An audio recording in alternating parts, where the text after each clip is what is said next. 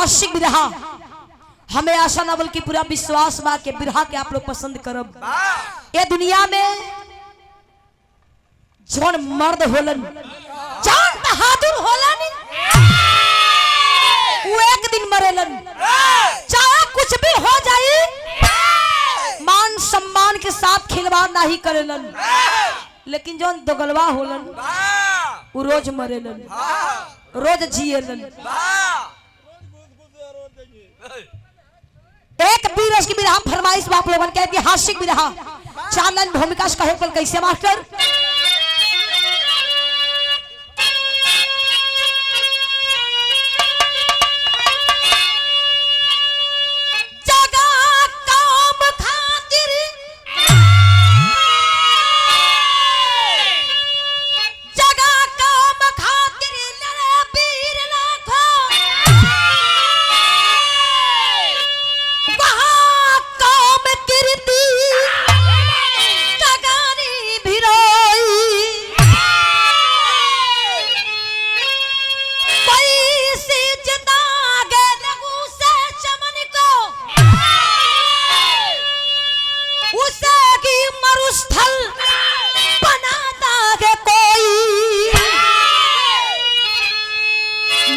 नगर में ये थी छत्रानी बुढ़िया,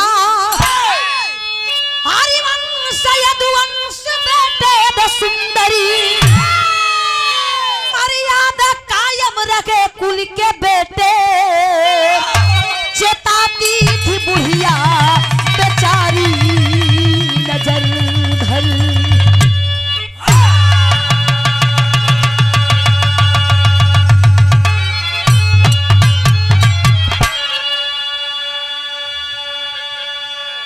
मर्यादा कायम रहे कुल के बेटे, चताती थी बुढ़िया बेचारी नजर भर।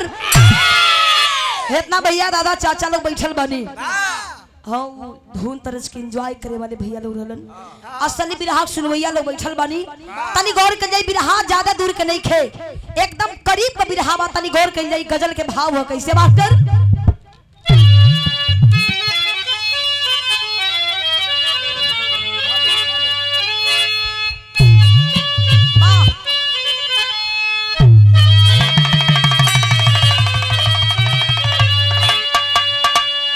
एक गजल के हम बिग गंगा चैनल में गोले रही कैसे मास्टर।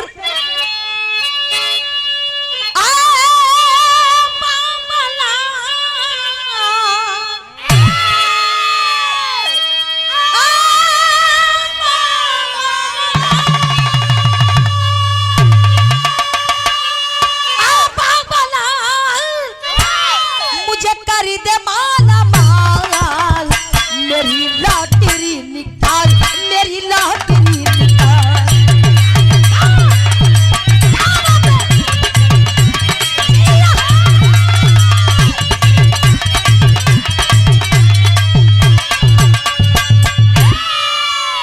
कहानी कैसन बात नहीं गौर करी जाई।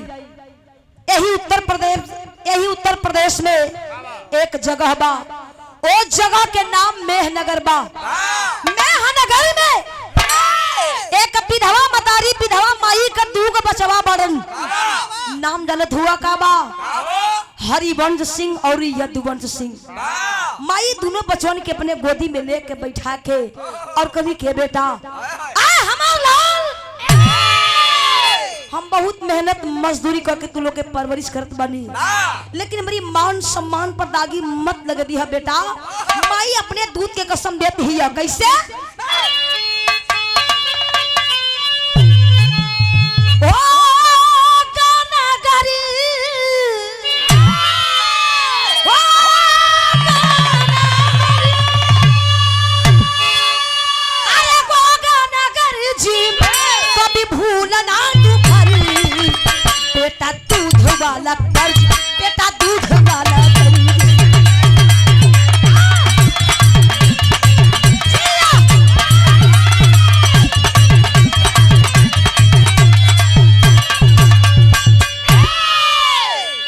माई कहत बा के बेटा आए हरिवंश आए यदुवंश, हम बेटा मजदूरी करके मेहनत करके तुम लोग के परवरिश करत बानी, बड़ा हो के बेटा मान सम्मान पर दागी मत लगे दी हो। माई अपने दूध के किस्म देत बा, अपने खानदान के परिचय देती हम माई।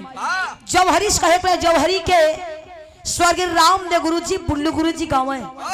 बुल्लू गुरुजी गाँव है कैसे मास्टर?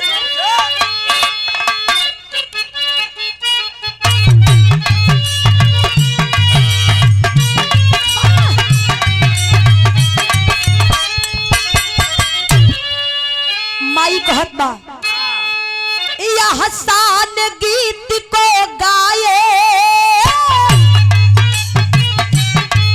सम्मान से सारी नगरी, दुश्मन के आगे बेटा ना झुके माथ की पगड़ी।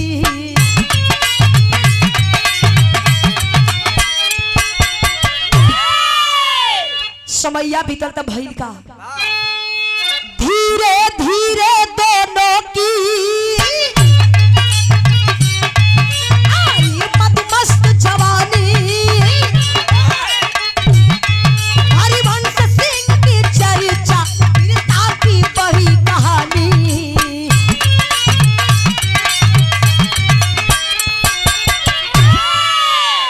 आखिर समैया धीरे धीरे बीतल हो भैया।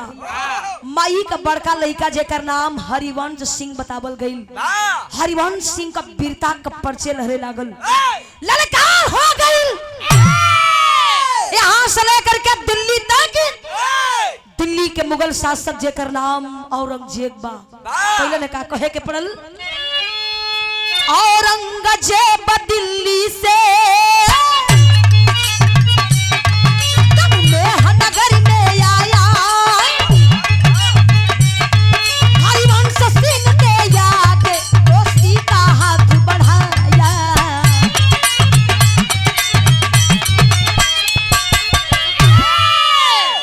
दिल्ली के मुगल शासक औरंगजेब मेहनगर के धरती पे आके हरिवंश सिंह से दोस्ती कैलन ह, गले लगौलन ह। कलन के हरिवंश तुहार वीरता का परिचय सुन के ललकार सुन के अली हो। सलमान में दोस्ती भइल बा। यहाँ तक तो स्वर्गीय बुल्लू गुरु जी गाँव है, लेकिन रामदेव गुरु जी गाँव में कैसे मास्टर?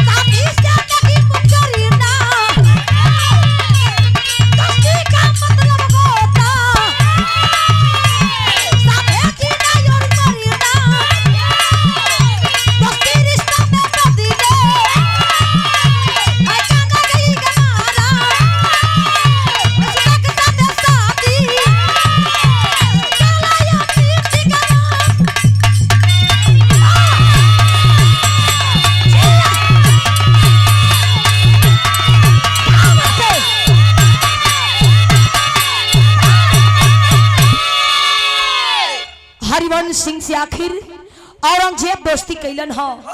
एक हिंदू एक मुसलमान एक थाली में खाए लगलन। वो गांव जवार के लोग कहे लगल, वाह ये दोस्ती पर कोई के नजर ना लगे। धीरे धीरे समैया बीतल। एक दिन औरंगजेब अपने दिल के बात हरिवंश सिंह से कहलन हो। कहलन के हरिवंश हम तो से कुछ कहल चाहत बनी। हरिवंश कहलन की कहो का कहल चाहत बड़ो। कल कितना दिन ये मेहनगर में रहनी बड़ा मान सम्मान मिलल हो, लेकिन एके गो कमी खाली रह गई बा। जानत हुआ का? हमारे एके गो बिटिया बा। औरंगजेब कहलन हो कि हमारे एके गो बिटिया बा, चाहत बानी की बिटिया के बियाह हो जा। हरिवंश कहलन की चला लड़का देख के कई शादी कर दी जा। कहलन की ना, बात ही नहीं खे। ए हरिवंश हम चाहत बनी कि दोस्ती रिश्ता में बदल जाए। कारण कि मतलब ये है कि हम चाहत बनी कि तू हमरे बिटिया से बियाह कलो। सुनलन हरिवंश आंख लाल लाल डांट कर क्या बात है? अरे औरंगजेब शर्म नहीं खेयावत? एक बाप होके अपनी बेटी खातिर, एक मुसलमान होके बेटी खातिर इस रिश्ता खोजत बड़ा। औरंगजेब एकदम गनगन गनगन कांपे लगल। बाप हो बाप, जितना प्यार बा उससे कहीं ज्यादा नफरत बा। कारण के हरिवंश, अरे मर्दवा इतनी सब मजाक खा कैली, तू इतना बबूला हो गईला। हम मजाक कैली, हमार बिटिया से बियाह तो के नइखे करे के। हम तो की अंदाजत रहले कि देखी तू कहे लगा। हरिवंश करण की सुना, हमारी घर में हमार बड़ी सुंदर दुल्हन बा। आज तक ये मेहनगर में हर बहन बिटिया के बड़ी सम्मान करीला, और तू ऐसा बात बोलत बड़ा। हरिवंश सिंह औरंगजेब के समझावत बन गीत लगल। गीत कवन बा?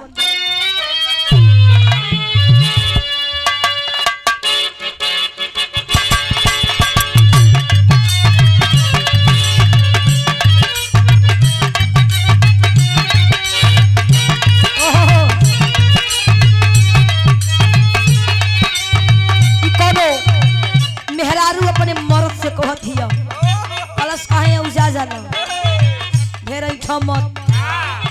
मेहरारू के कबो हल्का ना लेवे के चाहिए। मेहरारू अपने मर्द के कब बड़ाई करी कब बुराई करी ओकर कोनो गारंटी नहीं थे।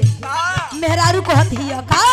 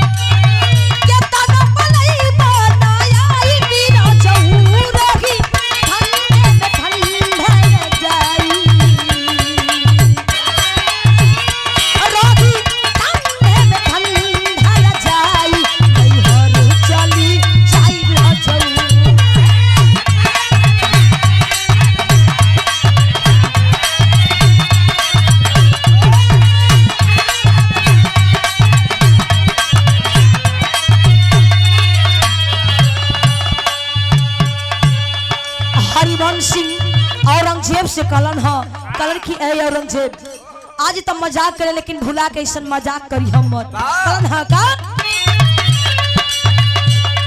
हरिवंश कहे मन मार ना सोना धर्म हमार।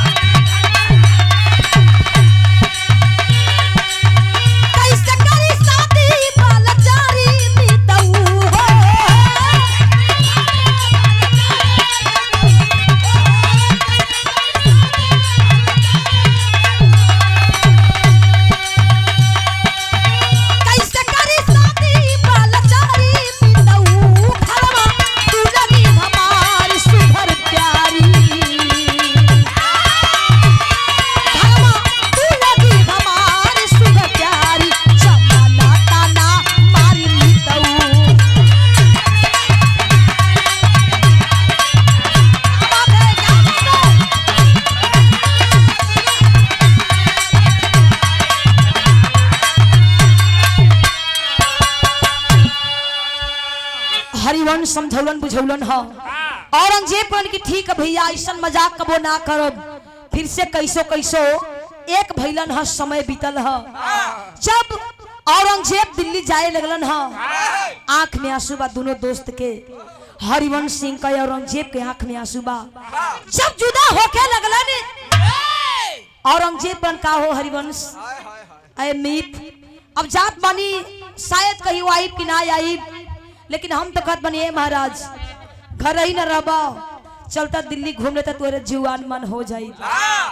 हरिवंश करन की ठीक है न कहत बड़न। गैला में का लगत बा बारे हरिवंश सिंह अपन बोरिया बिस्तर उठौलन ह। औरंगजेब के साथे दिल्ली गईलन ह। वो दिल्ली में बड़ी मान सम्मान होत बा, बड़ी स्वागत सम्मान होत बा। और राज दरबार में हरिवंश सिंह का स्वागत सम्मान होत बा। औरंगजेब चाय नाश्ता करावत बाड़न, जवन चाहत रहलन कैसो कैसो तो लेके गईलन ह। इतना भीड़ लागल बा, सब कोई देखत बा, वही भिड़िया में होए का जात बा।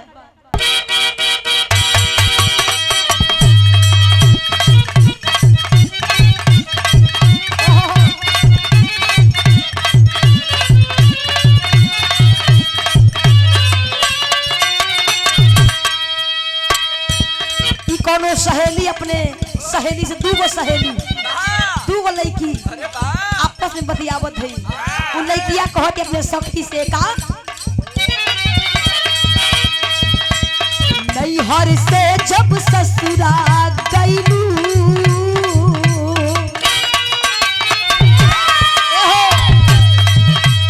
नैहर से जब ससुरा गईलू तो बजे दिया बुतैलू भतार संग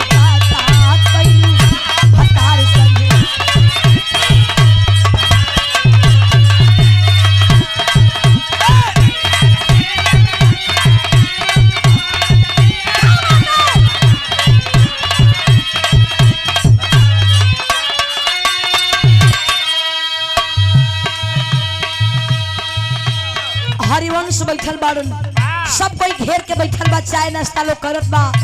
तब तक इतनी सुंदर लड़की, इतनी खूबसूरत लड़की, पहलवान भैया इतनी खूबसूरत लड़की कई बार आईला कई बार गईल।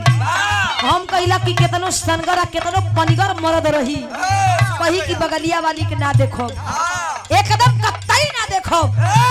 हम एकदम गारंटी के साथ कहिला, उमानी ना ताकि जरूर। सुनील पहलवान से पूछा, सही बात है। सुनील भैया पहलवान जी कितनो पनिगर कितनो सनगर मरद रही, कितनो कसम क्रिया खाई कि बगलिया वाली के ना देखब तो ना देखब, लेकिन हम कहिला कनखिए ताकि, लेकिन ताकि जरूर। हरिवंश चाय पियत बाड़न, उ लड़किया कई बार आइला कई बार गईली ह। अब भइल का कहे के पड़ल, देखा मुखड़ा चांद का टुकड़ा आशिक हुआ दीवाना, जमाना क्या करेगा जमाना।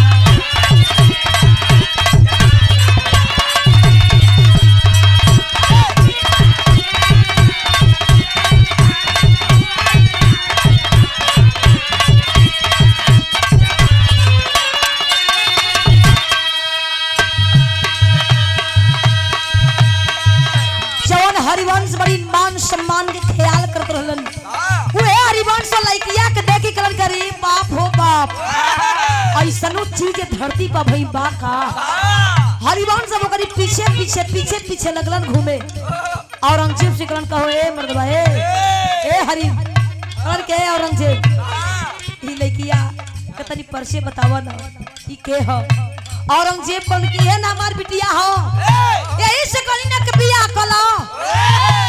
हरिवंश भर अकवारी पकड़लन ह, कलन की जवन मेहनगर में गलती कैली ह उ नाही क के ओके क्षमा कर दो, तू जवन चाहबा उहे हम करब। आखिर कैलन ह का कर लिया शादी गरीब वंश धरा निज त्याग हो।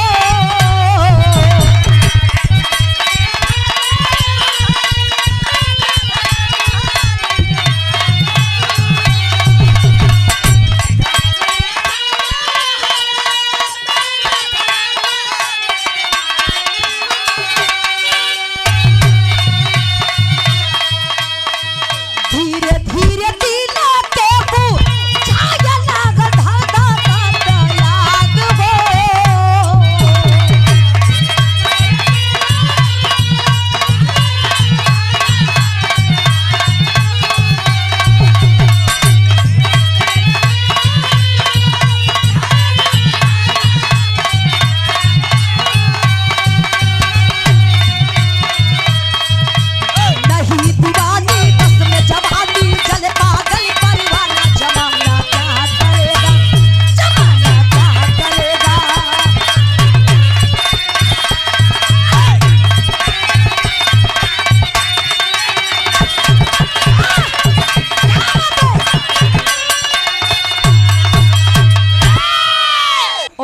मुसलमान के बेटी से बियाह कर लेलन ह। बियाह करन तनिको देरी नहीं कैलन ह। लेके मेहनगर के धरती पे अइलन। लोग कहे लगल खाई देखा हो, वही गौवा के लोगवा कहे लागल। आज तक हरिवंश हर बहिन बिटिया के बड़ी सम्मान करत रहलन ह।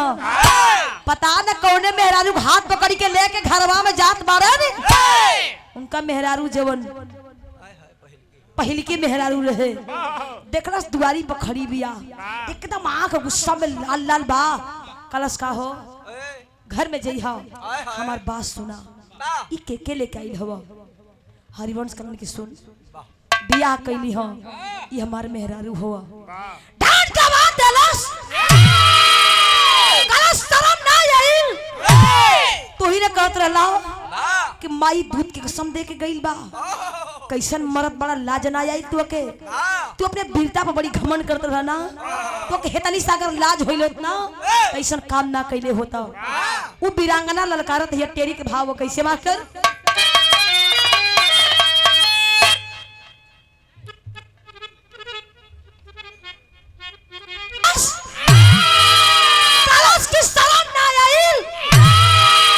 बियाह का कैला है ना, वो कहती है कैसे टेरी के भाव है।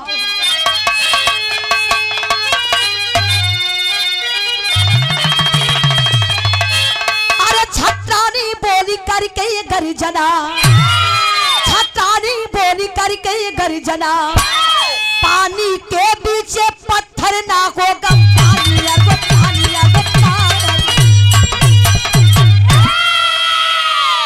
कलश कान खोल के सुन लो। हम द्वार घर छोड़ के जात बनी, आज के बाद कभी वापस ना आई।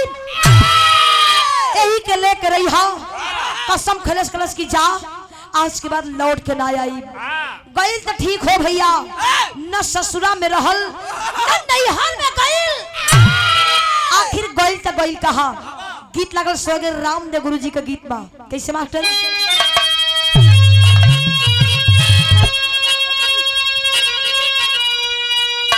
स्वर्गीय गुरुजी लोग आवे हमन ना गा पवल जाई, लेकिन तनिसा कोशिश रहेला। कैसे मास्टर? पिया परदेसिया न भावे अंगनावा,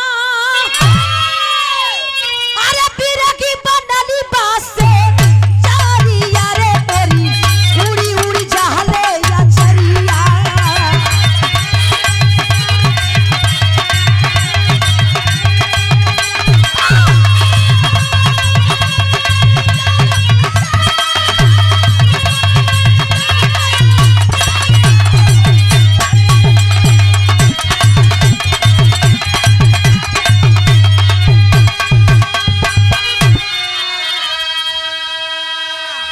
लेकिन वीरांगना कहा गई बा कैसे? अरे जाके जंगलवा लगाली हली डेरामा, छत्रानी करे गुजरावा रे तरी मांगिया के सेनुरवा।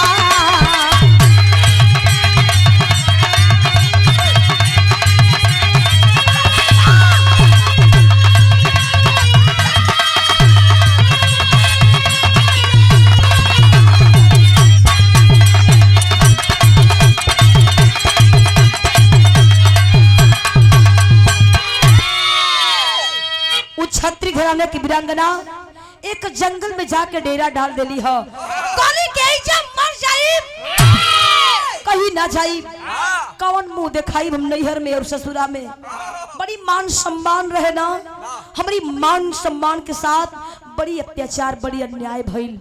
हाँ तो वो एगो मर्दे रहे, मेहरारू घर छोड़ के कहाँ गइल, खोज खबर नहीं लेलन। वो मेहरारू के दूसर की मेहरारू के पाके समैया बीतल त भइल का कहे के पड़ल। इधर हरिवंश जन्माए दोलनवा, अरे आजम और यजम हुए बाला बनवा।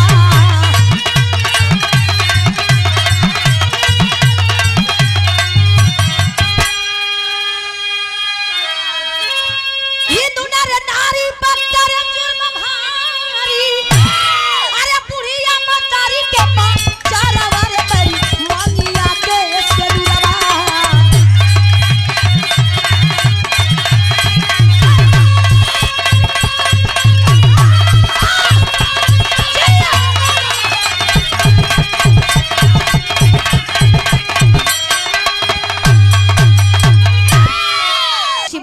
लेकिन ना जाई। समय बीतल, हरिवंश सिंह जो ना मुसलमान के बेटी के लेके आई रहलन। हरिवंश सिंह का जन्मन ओकर दूगो बचवा पैदा भइलन। जानत हुआ नाम का रखलन? वो लइकवन के नाम रखलन आजम और अजमत। गौवा के लोग कहल कि जायम मर्दवा हेतनी सा लाज ना आई। बियाह कैला मुसलमान के बेटी से कोनो दिक्कत ना भइल, लेकिन ये लइकवन के नाम पैसा रखले बाड़ो। कौन गम के कोनो गम नहीं खे, जे कही अपने घरे न रही। समय धीरे धीरे बीतल, वो दोनों लइका एकदम शेर के जैसे बनौलन ह, एकदम बहादुर बनौलन। गौवा के लोग हाँ तो भैया माने के परी। जैसे हरिवंश बहादुर रहलन हम, वैसा लइका भी बहादुर बाड़न। लेकिन शेर तो रहलन, बहादुर तो रहलन हम। लेकिन मेहनगर के लोगन के हर घर में बहन बिटियन के संग बड़ी अन्याय करे, जियल मुश्किल कर दे रहलन। एक दिन वो जंगलवा में जाके और बुढ़िया माई के भी सतावे लगलन हम।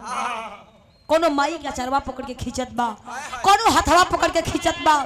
माई हथवा जोड़ के रोत बा कि ए बेटा तू के बड़ा भैया कहाँ सैला बेटा। एक जना गौवा से का रोत बारू हो, काहे रोत बारू? देखो चिन्हत ये हरिवंश भैया के दोनों लइका बाड़न। माई के कलेजा फट गइल हो। माई कलश के बेटा ए बाबू तोर बाबू हमें ना बतौलन ह, हम पर पहिल की माई बानी हो बेटा। उ लइकवा करन के कर माई, आखिर कैसन माई तू हमन के माई ना बाड़ी। माई के खिया सासू आवत बा, जनात बा कि बचवन के हाथे माई की इज्जत चल जाई। कहत बा कैसे ई होगी स्वर्गीय रामदेव गुरुजी गावे कैसे मास्टर।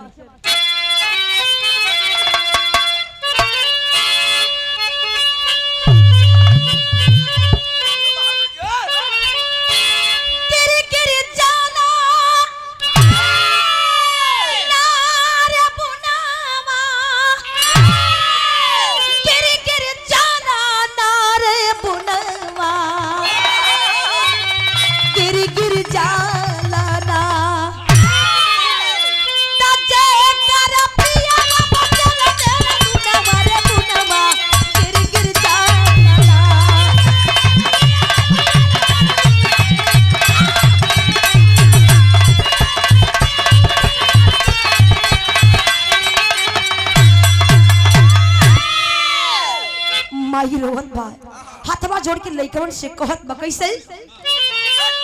अरे भारी भारी जाला नारे नयनमा, भारी भारी जाला नारे नयनमा, भारी भारी जाला ना तया पन जब गनवा नयनमा, भारी भारी जाला।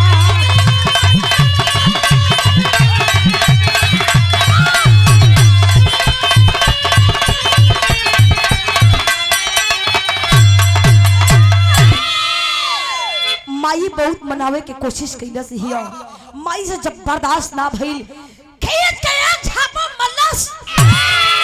काश करे बदतमीज, तोर बाप अत्याचार कैलस त घर छोड़ देली, हई जंगलवा छोड़ के कहां जाई रे। माई का बात सुन के दोनों लइकवा कन के बुढ़िया के देखा। माई कलस की हम बर्दाश्तो करेली, बड़ी बर्दाश्त कैली।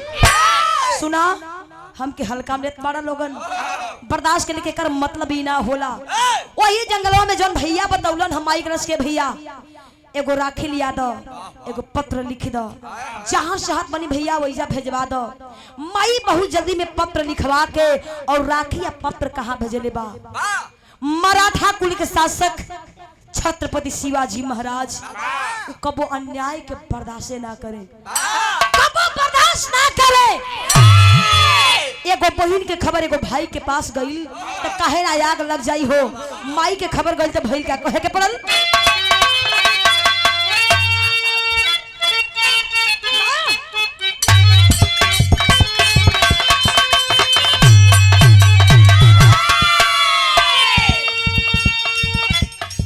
राखी पत्र पठाई छत्रानी,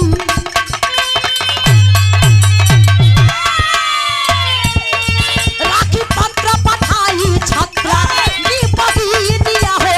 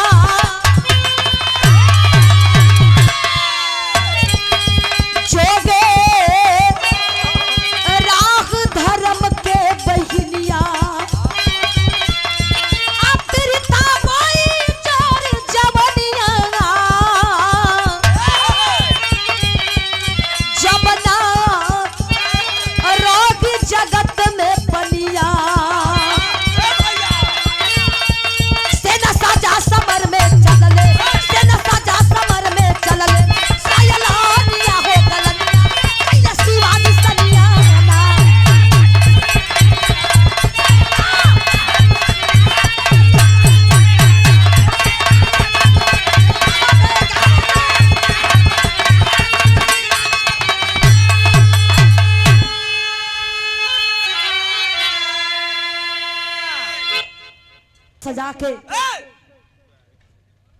तनिको देरी नहीं कैलन ह सेना सजा के लेके मेहनगर के धरती पे अइलन ह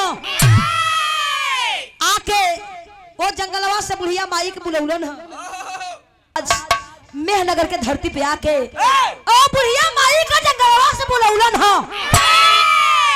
माई के करण की बहन तू ऐसे रह तो के कहीं जाए के नहीं खे एकदम गनगन गनगन खापत बाऊ छत्री घराने के वीरांगना छत्रपति शिवाजी महाराज का हम के आजम अजमत से तत्काल मिले के बाद बुलवा दिया जाए आज ही मिलना है। कई बार खबर गई वो आजम अजमत कोई के बात के ध्यान न दे के करे पास इतना ताकत हो गई के करे पास इतना हिम्मत हो गई कोई नजर मिला के बात ना करेला वो हमसे मुलाकात कई चाहत बा आजम अजमत तलवार लेके अपन सेना लेके चलन ह छत्रपति शिवाजी महाराज दुरही से देखलन करन के वाह काई जवानी बा काई रंग बा लोगन का ई जोड़ी कितनी सुंदर बा लेकिन कमी बस तने बा छत्रपति शिवाजी महाराज कलन हम पापड़ से कैसे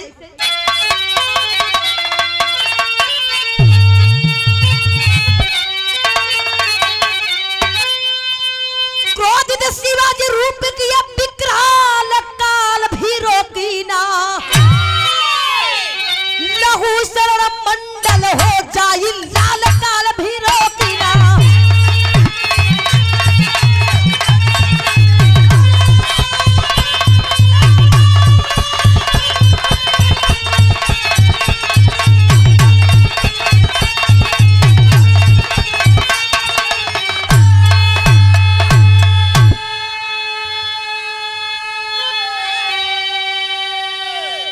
दोनों लड़का लगलन तलवार निकाल के चमकावे कला निकाल अगर जान प्यारा मत जा छोड़ा लोगों से मोहब्बत न लगावा जा छत्रपति शिवाजी करण की आइल है तो कुछ कह के जाई छत्रपति शिवाजी महाराज आखिर कैलन है का अल्लाह के भाव है कैसे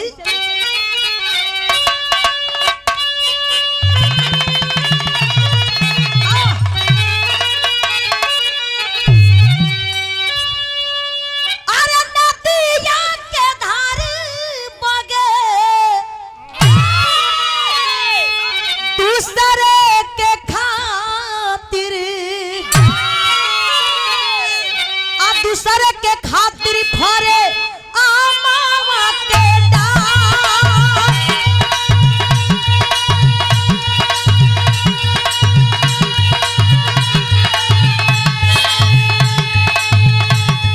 संत जनम ले ले दूसरे के खातिर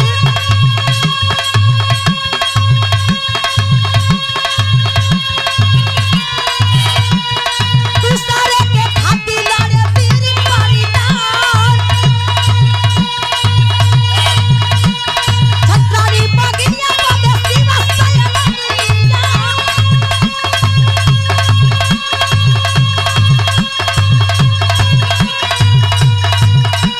छत्रारी बगिया बदे शिवा सयनिया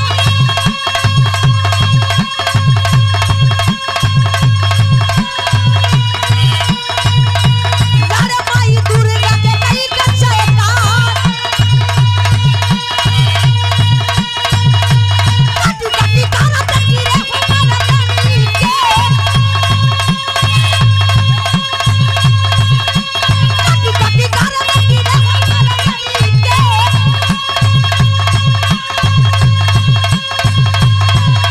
मेहनगरिया में मचल महाराज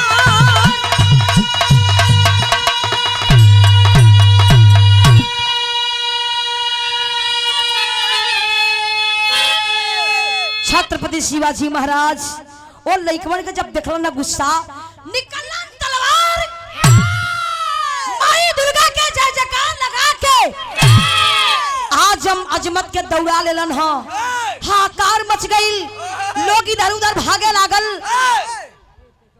आ जाए आराम आराम से के जय जयकार लगा के आजम अजमत के दौड़ा लेलन ह कौन की आई रही तो कुछ कह के जाई हाँ कान मच गई मेहनगर के धरती पर आजम अजमत के दौड़ा के दुल्हन के गर्दन जब कटलन हम एकदम लहू लुहान हो गइलन, आंख लाल लाल हो गइल, खून से लथपथ शरीर, दुनहु के मुड़िया लेके जब एकदम झुलावत के लेके चलन हम।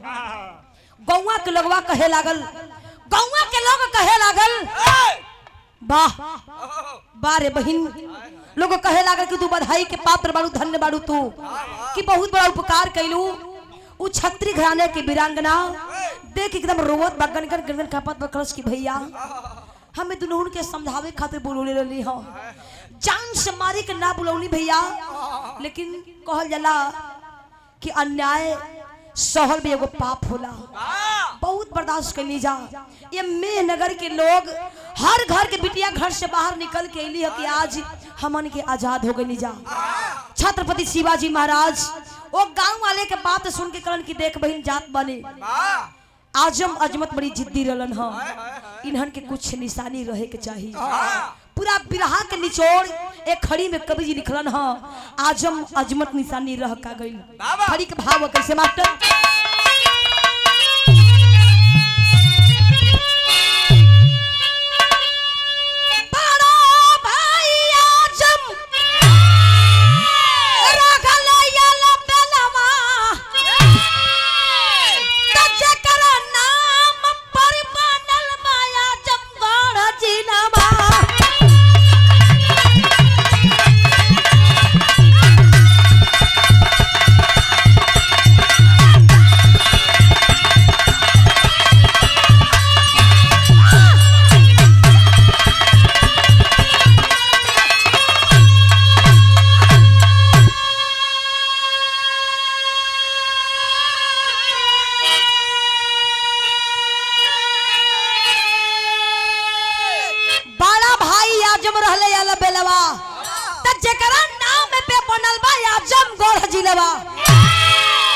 आजम के नाम से आजमगढ़ जिला बनल, छोटका भाई अजमत के नाम से का बनल, कहे के पड़ल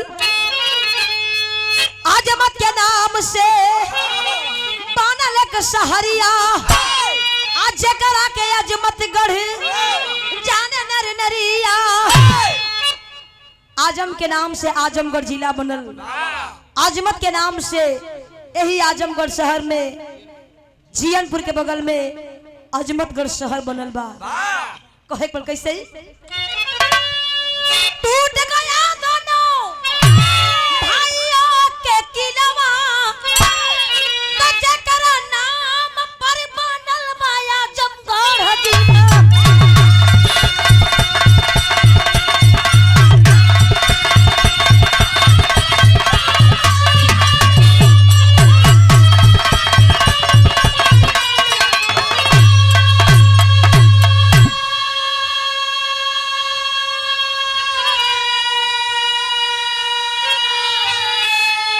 बनल छोटका भाई अजमत के नाम से ही आजमगढ़ में अजमतगढ़ शहर बनल। जौन जंगलवा में जौन हरिवंश सिंह का पहल की मेहरारू जाके जिए मर के कसम खैले रहली, ओ जगह के नाम रानी के सराय पड़ल। लेकिन जौन हरिवंश रहलन पूरा खेल हुए रचलन, पूरा भूमिका बनौलन, उनहु के नाम से एक जगह बनल बा आजमगढ़ में, जेकरा के लोग कहेला हरिवंशपुर मोहल्ला। जे भाई गइल होई जानत होई, जहाँ आरटीओ ऑफिस बा पहलवान सिंह के मूर्ति के बगल में ही हरिवंशपुर मोहल्ला, वही मोहल्ले में मूर्तियां बनली है, हरिवंशपुर मोहल्ला बोलल जाला। तो ये आजमगढ़ के इतिहास रहे। आखिरी भाव कहे कुल कैसे गुरु बिहारी गुरु रमन श्यामा समरू गिरधा,